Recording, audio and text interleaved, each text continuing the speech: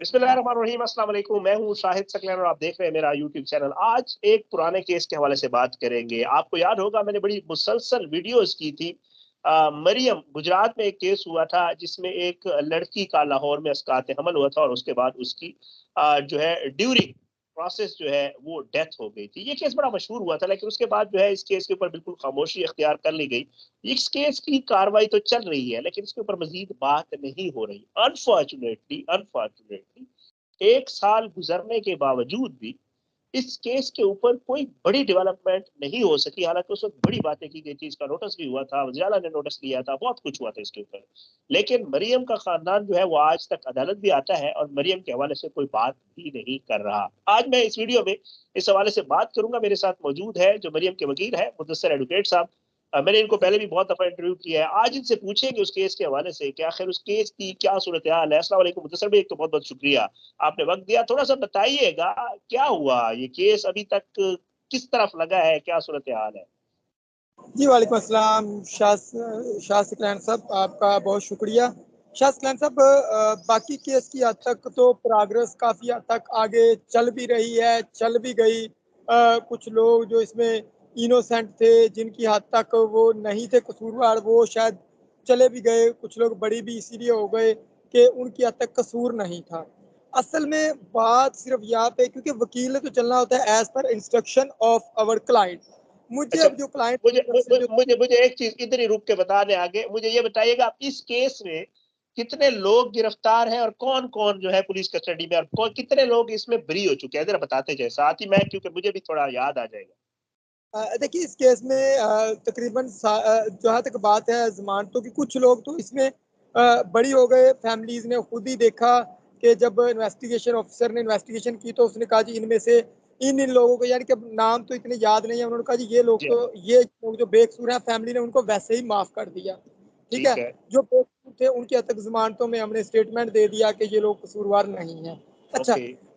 बात जो असल बात है, जो फैक्ट की बात है, जो असल मुल्ज़म की तरफ बात जा रही है, क्योंकि अब तो केस में जो सूरत हाल है, मैंने पहले बताया कि वकील ने चलना होता है as per client of his instruction of his client. वकील ने चलना होता है। अब मुझे बिल्कुल है। इंस्ट्रक्शन देती है डीएनए की रिपोर्ट। जो असल इस केस में असल जो चीज़ है, असल जो पॉइंट है या असल जो मुल्ज़म है, वो डीएनए की रिपोर्ट थी। ठीक है।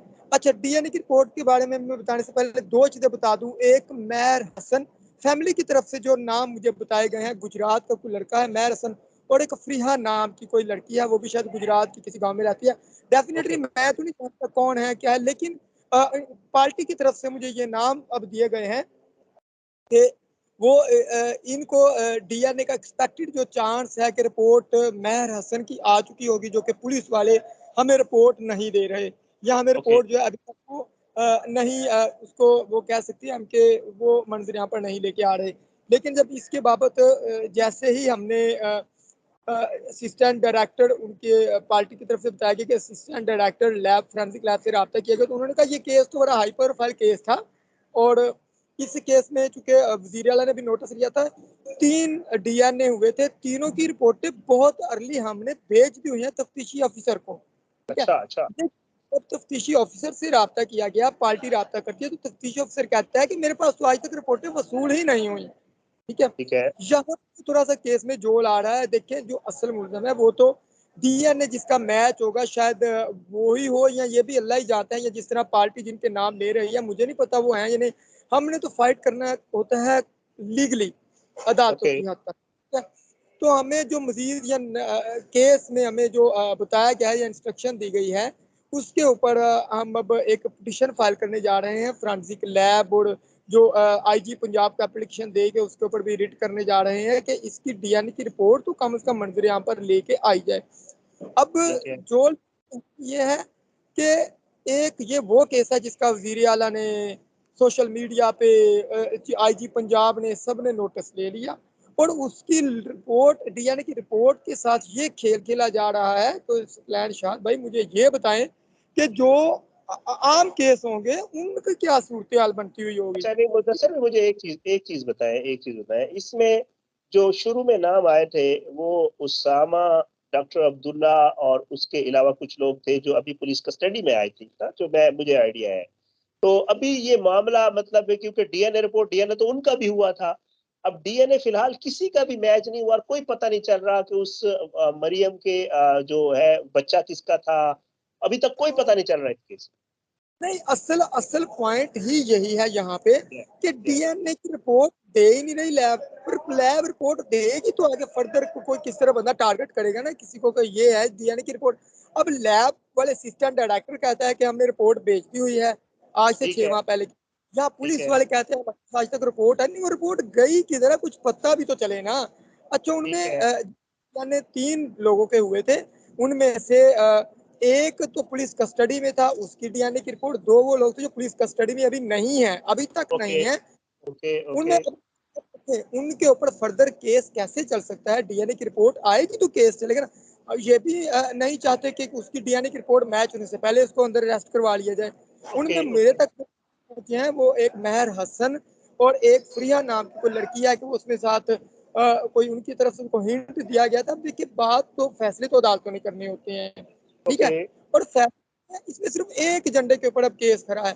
बाकी जो बड़ी हो गए या जिनकी जमानतें कन्फर्म हो गई, केस चला बंद, वो एक बात की बात है। लेकिन लेकिन बात यह कि आप ही समझते हैं कि डीएनए किसका था, बात अच्छा तो सर, डीएनए। मुझे मुझे एक चीज और बताएं, ये आपने एक लड़की का नाम भी लिया है जिसमें आई थिंक आखिर फरीहा बताया मेरे ख्याल से आपने, इसका क्या किरदार, क्या है इसका, क्या बताती है फैमिली, क्या कहती है इस लड़की को? सर वो कहती है कि ये लड़की काफी हद तक जो है ना वो राज पहले जानते हैं, या इस लड़की ने मरियम की वफात के ऊपर आके इनके घर वालों को कहा था कि आप मरियम के मोबाइल और मरियम के लैपटॉप से जितना भी डाटा है वो फौरी तौर पे डिलीट कर दें, और उसके बाद अच्छा। इसने फौरी तौर पे इनको ब्लॉक कर दिया था सारे।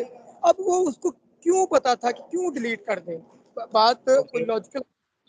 देखिए, किसी भी सूरत में किसी भी नाजायज जो बंदा जिसने कोई काम नहीं किया उसको सजा नहीं मिलनी चाहिए। ठीक है, और ठीक है।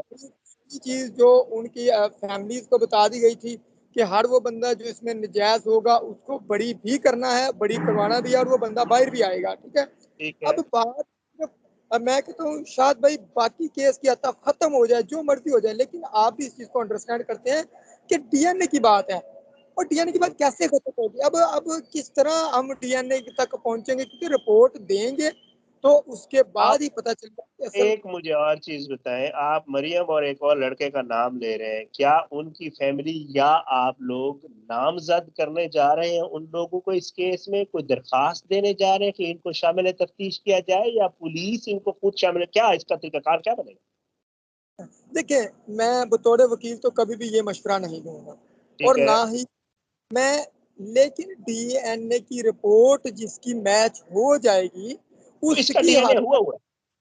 जी, नहीं, इस लड़के का डीएनए हुआ हुआ है क्या, मेहर हसन का? तीनों के सैंपल गए हुए हैं, लेकिन अभी तक रिपोर्ट, अच्छा 24 जनवरी ओके। का इंसिडेंट है तो उसका सालाना खत्म भी हो गया, और हाँ रिपोर्ट शायद। की इंसाफ की तेजी देखे कि वजीर आला ने भी कह दिया, अब तो वजीर आला भी चेंज हो गया, लेकिन आज तक डीएनए की रिपोर्ट अभी तक जो है ना वो अभी तक नहीं पहुंच सकी।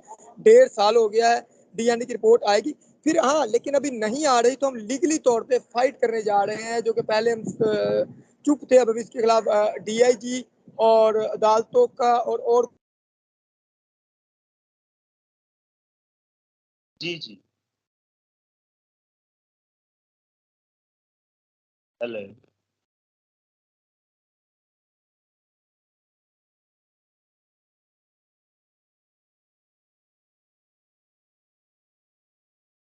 सर भाई, बहुत बहुत शुक्रिया, आपने बहुत सारी इन्फॉर्मेशन मुझे दे दी, मैं आपका बहुत शुक्रगुजार हूँ। आज की इस वीडियो से इतने, आने वाली इस वीडियो तक के लिए इजाजत है, अपनी दुआओं में याद रखा करें। अल्लाह। मुझे भाई आपकी आवाज़ एक्चुअली चली गई थी, बस मैं यही कह रहा था कि अब आप लोग जो है करने जा रहे हैं पिटीशन, और इंशाअल्लाह होपफुली, उम्मीद तो यही करते हैं, अल्लाह करे इंसाफ जो है वो उस बच्ची के साथ और उसके खानदान के साथ। बाकी इंशाअल्लाह इसके हवाले से जो बाकी भी इंशाअल्लाह अपडेट्स होंगी, अगली किसी वीडियो में आपके साथ इंशाअल्लाह गप लगाएंगे। आपका बहुत बहुत शुक्रिया।